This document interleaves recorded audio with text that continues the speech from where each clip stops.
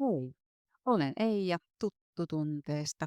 Tervetuloa seuraamaan kirjoitushaasteen 16 päivää. Ennen tehtäviin menoa haluan kertoa aamun kahdesta ahaa-elämyksestä.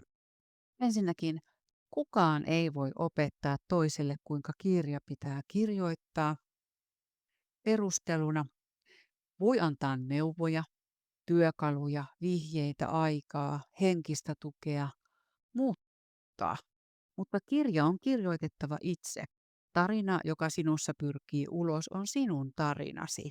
Tässä vaiheessa vain sinä tunnet sen, vain sinä tiedät, miten sen on tarkoitus mennä.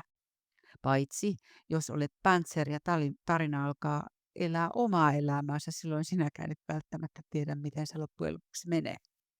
Ja itselle jää tehtäväksi kutoa sisällä syntyvää tarinaa kirjalliseen muotoon kokeneempien jakamien neuvojen ja työkalujen avulla aina siihen asti, kunnes tarina on kokonaisuutenaan ensimmäisen kerran kirjoitettu.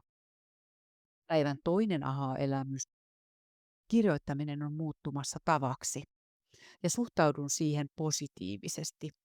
Hetkellisistä tehtävien ymmärryshaasteista huolimatta 95% ajasta on sellaista, että nautin tästä. Positiivisuuteen tukevasta palkitsemisesta olen puhunut toisinsoittolistan videoissa ja itseeni olen käyttänyt sitä palkitsemista päivittäin tässä alkuvaiheessa. Käytännössä se on ollut mukillinen mustaa kahvia. Jos kirjoittaminen ei suju, käyn keittämässä kreikkalaisen kahvin. Jep. Ja kiehuvan kuumana tuon mukillisen kirjoituspöydälle jäähtymään. Siinä se tuoksuu hurmaavasti ja siivittää tekstiä eteenpäin. Jossain vaiheessa kirjoittamista pysähdyn, mietin, että keittäisinköhän kahvit. Ja tajuan, että se on edelleen tuossa mukissa juomatta, mutta vielä juotaman lämmintä useimmiten. Siinä vaiheessa siitä on sitten iloakin. No, päivän tehtävä on yksiselitteinen. Ala koota runkoa. Olet sijoitellut kolmiosaisen tarinan kaavaan juonen, ehkä sivujuoniakin. Tämä on runkohahmotelmasi. Nyt, ennen kuin alat varsinaiseen kirjoitustyöhön, on aika aloittaa kokoamalla kaikki sinulla oleva tieto muotoilluksi rungoksi, joka on tavallaan kirjasi ensimmäinen luonnos. Ensimmäisen luonnoksen valmistuttua on aika tuottaa tekstiä niin, että valmiista rungosta muodostuu kirja. Tähän mennessä sinulla on koossa henkilögalleria, eli suht syvälliset hahmotelmat tarinasi henkilöistä. 2. Hahmotelma tapahtumaympäristöstä myös eri kohtausten osalta. 3. Luonnos pää- ja sivujuonista. 4. Synopsis tai ainakin hahmotelma tarinan tiiviistä yhteenvedosta. 5. Luonnokset alku- ja loppukohtauksista. 6. Muita kohtauksia luonnosteltuina. 7. Koottua tutkimustietoa asioista, joihin suunnittelit perehtyväsi. 8. Keinot, joilla rohkaiset itseäsi jatkamaan ja palkitset onnistumisista. Tavoite on yhdistää kaikki edellä mainitut hahmotelmat vaihe vaiheelta yhdeksi asiakirjakokonaisuudeksi tai digitaaliseksi kokonaisuudeksi.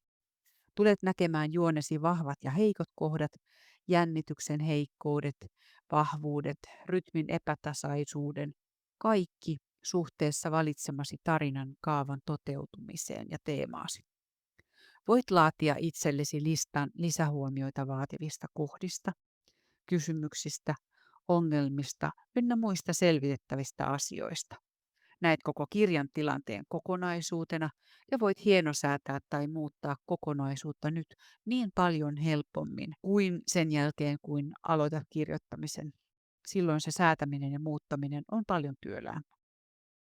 Rakenna tänään jokaisesta kohtauksesta kohtauskortti, josta käy ilmi seuraavat asiat.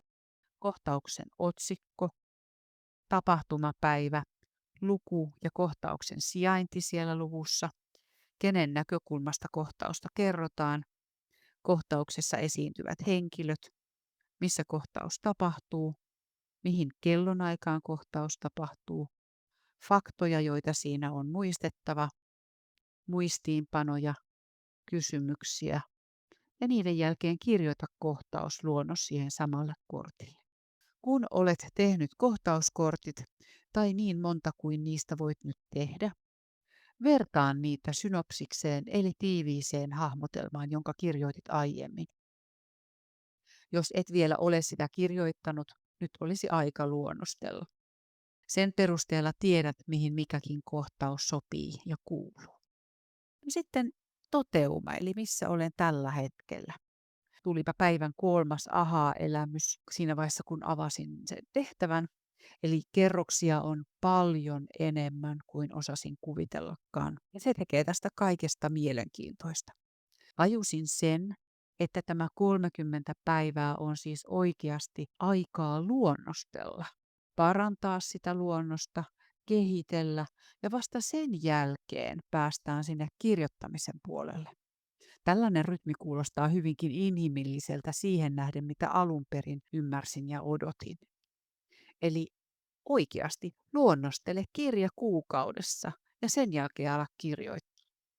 Opasvideoissa, joita olen YouTubesta tämän kaiken ohella silloin tällöin katsonut, annetaan ymmärtää, että aluksi tällainen tarkka ja kurinalainen hahmottelu on tarpeen ja hyödyksi. Kun tätä on tehnyt joku sen kerran, kun kehittyy kirjoittajana, niin tulee jo näppituntumaa, eikä kaikkia tarvitse tehdä tämän kaavan mukaan. Toki aina voit valita, mitä noudatat ja mitä et. Päätös on sinun. Jos tätä järjestely-, yhdistely-, kehittämiskokonaisuutta pitäisi tehdä käsin, minun kohdallani se tarkoittaisi sitä, että A4-kokoisille arkeille tekisin kohtauskortit ja kiinnittäisin ne pienellä teipinpalalla ikkunaan, että niitä on helppo siirrellä. Siellä olisi myös henkilökortit ja kuvat sekä muistiinpanot, eli monta muutakin lappua rinta rinnan. Vaan onneksi on tietokone. Ja onneksi on Writers Cafe itsellä apuna. Siinä on ihan samanlainen pohjalogiikka, mahdollisuuksia vaikka mihin, ja kortteja saa raahattua paikasta toiseen, kunnes ne asettuvat omille paikoilleen tai päätyvät roskakoriin. Olen huomannut senkin, että kaikki suunnittelemani kohtaukset eivät ehkä sovi tarinaan tai en osaa saada niitä sopimaan tarinaan. Tässä vaiheessa kehittelen ja koostan ihan kaikessa rauhassa ilman pienintäkään painetta siitä, että tekstiä pitäisi syntyä hirmuista vauhtia. Päivä on ollut hyvin vapauttava ja toivoa antava. Eli siirrelläänpä kohtauskortteja paikasta toiseen, kunnes tarina alkaa näyttää tarinalta. Huomiseen.